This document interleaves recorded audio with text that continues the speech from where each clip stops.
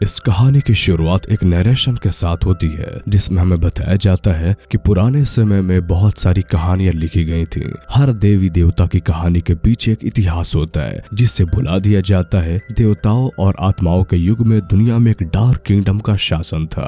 वो अपना सबसे शक्तिशाली देवता सांड की पूजा करते थे। जैसे जैसे साम्राज्य की सीमाएं बढ़ती गईं, उनकी भूख, विलास और लालच की सीमाएं भी बढ़ती चली गईं। इसलिए अब वो एक पत्थर के देवता को ना पूछकर एक जिंदा देवता चाहते थे और इसका नतीजा ये निकला कि कुछ गलत शासकों ने ये आदेश दिया कि रानी सांड की मदद से एक ऐसी जीव का जन्म दे जो कि इंसान और देवताओं दोनों का रूप हो। और अब इसीलिए ये 13 महीनों तक रानी के पेट में पलता रहा। ये बहुत ही बेशकीमती था, इसलिए इसका बहुत ज्यादा ख्याल रखा गया और उसे किसी भी हालत में बचाने के लिए रानी के ही पेट को काट कर उसे बाहर लाया गया। अपनी माँ के खून से सने हुए इस नए जीव को दुनिया के सामने लाया गया। सबने इसे अपना भगवान माना, इसकी पूजा की और साम्राज्य भी और बढ़ता चला गया। लेकिन जैसे जैसे ये जीव, ये दानव बड़ा हुआ, इसकी भूख भी बढ़ती चली गई। एक राजकुमार की हत्या का बदला लेने के लिए उत्तरी राज्य में बसे गांव थेना पर भारी टैक्स लगाया गया। हर 3 साल बाद सैनिक इस गांव में आकर 8 लड़के और लड़कियों को अपने साथ महल में ले जाते थे और उस दानव को कुर्बानी देने के लिए उन्हें उसके कुएं में उतार देते थे।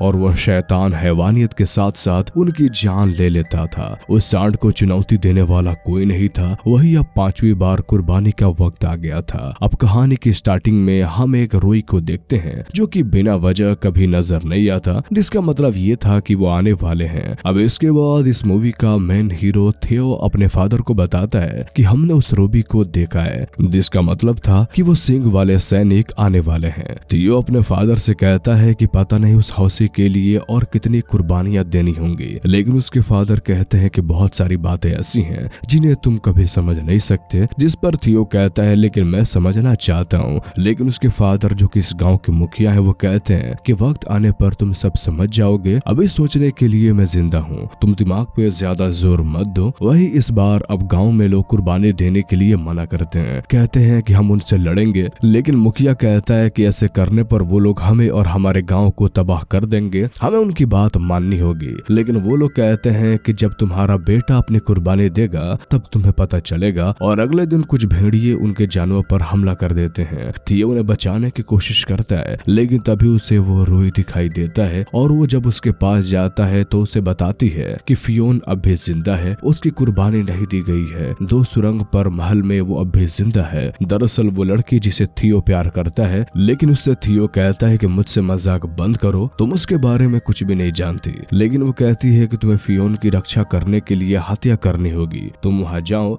और उस बेरहम माइंटोर उस सांड को मार डालो। इसलिए थियो काफी सोच में पड़ जाता है और फियोन की यादों में खो जाता है। अब अगले दिन थियो के फादर कहते हैं कि सैनिक आने वाले हैं, हमें जवानों को उनके हवाले करना होगा। थियो अपने फादर से कहता है कि मैं रूबी से मिला था और उसने कहा कि फियोन अब भी जिंदा है और मुझे उस बेरहम माइंटोर को मारना होगा। लेकिन उसके फादर उसे ऐसा करने से मना कर देते हैं, कहते हैं कि माइंटोर एक देवता है, उसे कोई नहीं मार सकता, तुम भी नहीं, तुम्हें इस गांव के मुखिया बनना है, हम तुम्हें कुछ नहीं होने दे सकते। मैं ऐसा इसलिए कह रहा हूँ ताकि तुम जिंदा रह सको और तुम्हारे आने वाले बच्चे भी इस दुनिया को देख सकें। लेकिन थियो कहता है कि जिससे मेरे बच्चों की माँ बनना था वो तो जा चुकी है। जिस पर उसके फादर कहते हैं कि ठीक है, तुम पहाड़ों में चले जाओ और जैसा मैंने कहा वैसा ही करो। जब थियो पहाड़ों पे जाता है तो उसकी लड़ाई गाँव के ही 2 लोगों से हो जाती है, क्योंकि वो उससे नफरत करते थे, क्योंकि मुखिया हमेशा दूसरों को कुर्बानी के लिए भेजता था पर अपने बेटे को कभी नहीं भेजता था। वहाँ पर दूर से जहाज दिखाई देती है और वो यहाँ से भाग जाते हैं। वही रात को वो सैनिक उस गांव में आ जाते हैं और 8 लोगों को पकड़ कर ले जाने लगते हैं। ये लोग थियो के दोस्त को भी पकड़ लेते हैं, लेकिन यहाँ पे थियो उन 8 आदमियों में से एक को भगा देता है और खुद उन 8 में शामिल हो जाता है। यहाँ पर थियो कहता है कि मैं उस माइंटोर को मारूंगा, जहाँ पर डीडी कहती है कि वो माइंटोर लोगों को मारकर सफेद हो चुका है और जब वो पैदा हुआ था तो दुनिया इतनी रोई थी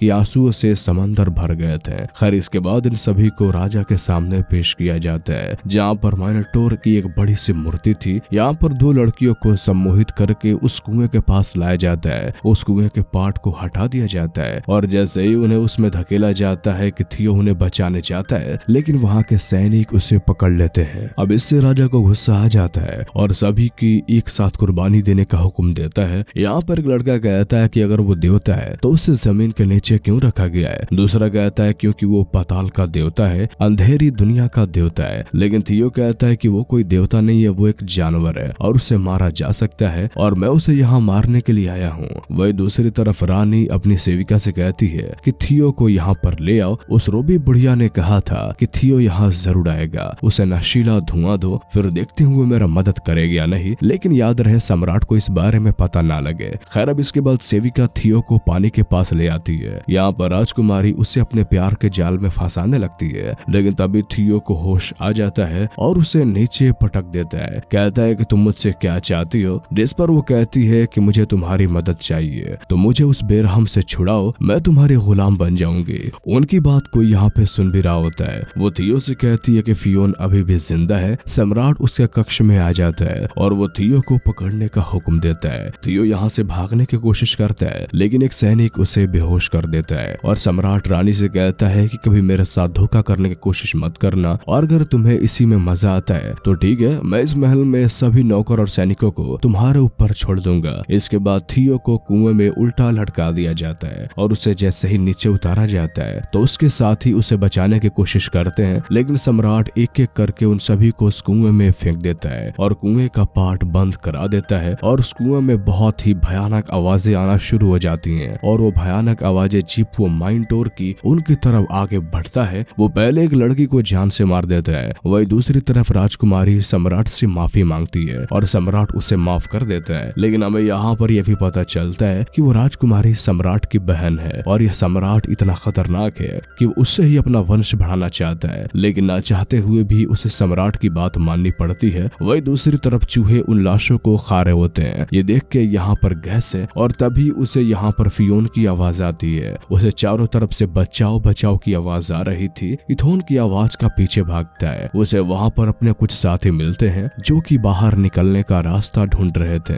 वही दूसरी तरफ राजकुमारी भी कुएं की तरफ भागती है, लेकिन सम्राट कहता है कि नहीं, तुम ऐसा नहीं कर सकती, तुम्हें मेरा साथ देना है। लेकिन रानी कहती है कि तुम्हारा साथ देने से अच्छा है कि मैं उन कैदियों के साथ जाऊं, तुम्हारे साथ रहने से अच्छा मैं मरना पसंद करूंगी। फिर वो कुएं में कूद जाती है। वही दूसरी तरफ थियो माइंटोर को मारने के लिए वहीं छिप जाता है और जैसे ही वो वहां जाता है सभी लोग उस पे हमला कर देते हैं। लेकिन वो माइंटोर नहीं बल्कि वो राजकुमारी थी जो कि थियो को जिंदा देखकर बहुत खुश होती है, लेकिन बाकी लोग उसे देखकर खुश नहीं होते हैं और वो उसे मारने की कोशिश करते हैं। लेकिन राजकुमारी कहती है कि मैं तुम्हें बचा सकती हूँ, मैं इस जगह से वाकिफ हूँ और मेरी सेविका दूसरी तरफ हमारे इंतजार कर रही है और अगर भरोसा करोगे तो मैं तुम्हें यहाँ से निकाल दूंगी। थियो को इस पे भरोसा था पर वेना को नहीं। वो उसके साथ जाने से मना करती है और वो अकेले ही जाने लगती है, जिस पर थियो उसे रोकने की कोशिश करता है और तभी वो सांड आकर अपने सिंग उसके मुंह में घुसाकर उसे मार डालता है, जिसे देखकर सभी लोग यहाँ से भागने लगते हैं। यहाँ पर थियो राजकुमारी से पूछता है कि गैस कहाँ से आती है, जिस पर राजकुमारी कहती है कि भूल भुलैया के बीच से जिससे महल में रोशनी जाती है। वो आगे जाने पर उन्हें डेढ़ी मिलती है। वो जिंदा थी।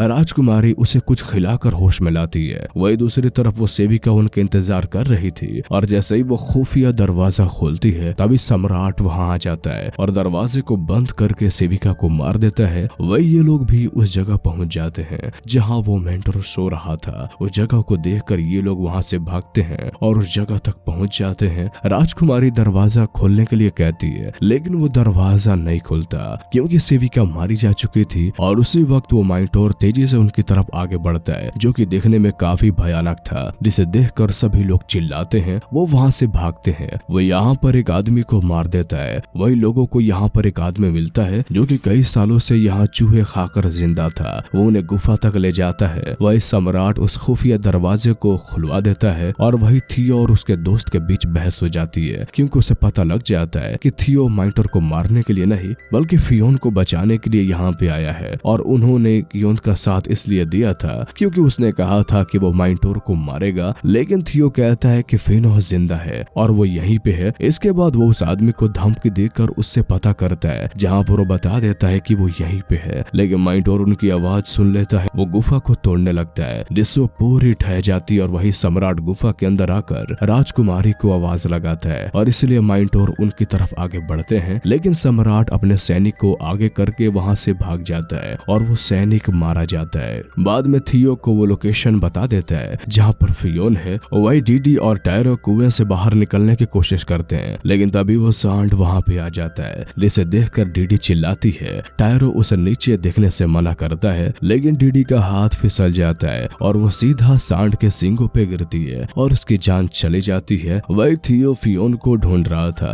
और उससे वो मिल जाता है। थियो उसके गले लग जाता है, लेकिन वो फियोन नहीं बल्कि एक सड़ी हुई लाश थी जैसे कि चूहे खा रहे थे। तभी वो सांड उसके दोस्त को भी मार देता है और थियो उसे बचा नहीं पाता। वो एक पत्थर की दीवार पे मारता है जिससे उसे चिंगारी निकलती है और ये जगह थी जहाँ से गैस निकलती थी और इस चिंगारी की वजह से यहाँ आग लग जाती है। तभी वहाँ पर राजकुमारी आ जाती है और बताती है कि इस महल वालों को ये विश्वास था कि वो एक देवता पैदा कर सकते हैं, एक शक्ति जो कि न इंसान और न जानवर हो, जो कि उनकी रक्षा कर सके। लेकिन रानी यानी कि मेरी माँ ने एक शैतान पैदा कर दिया जिसने कि हमारे राजकुमार को मार डाला। ये शर्मिंदगी छिपाने के लिए उस सांड को इस सुरंग में बंद कर दिया गया और लोगों को बताया गया कि तुम्हारे गांव में से एक आदमी आया था और उसने राजकुमार की हत्या की, इसलिए वो तुम्हें सजा देते हैं और तुम्हारे गांव के लोग जो कुर्बानी दी जाती है शैतान का पेट भरने के लिए। मैंने रूबी से कहा था कि वो किसी ऐसे इंसान को भेजे जो उस दरिंदे को मार सके।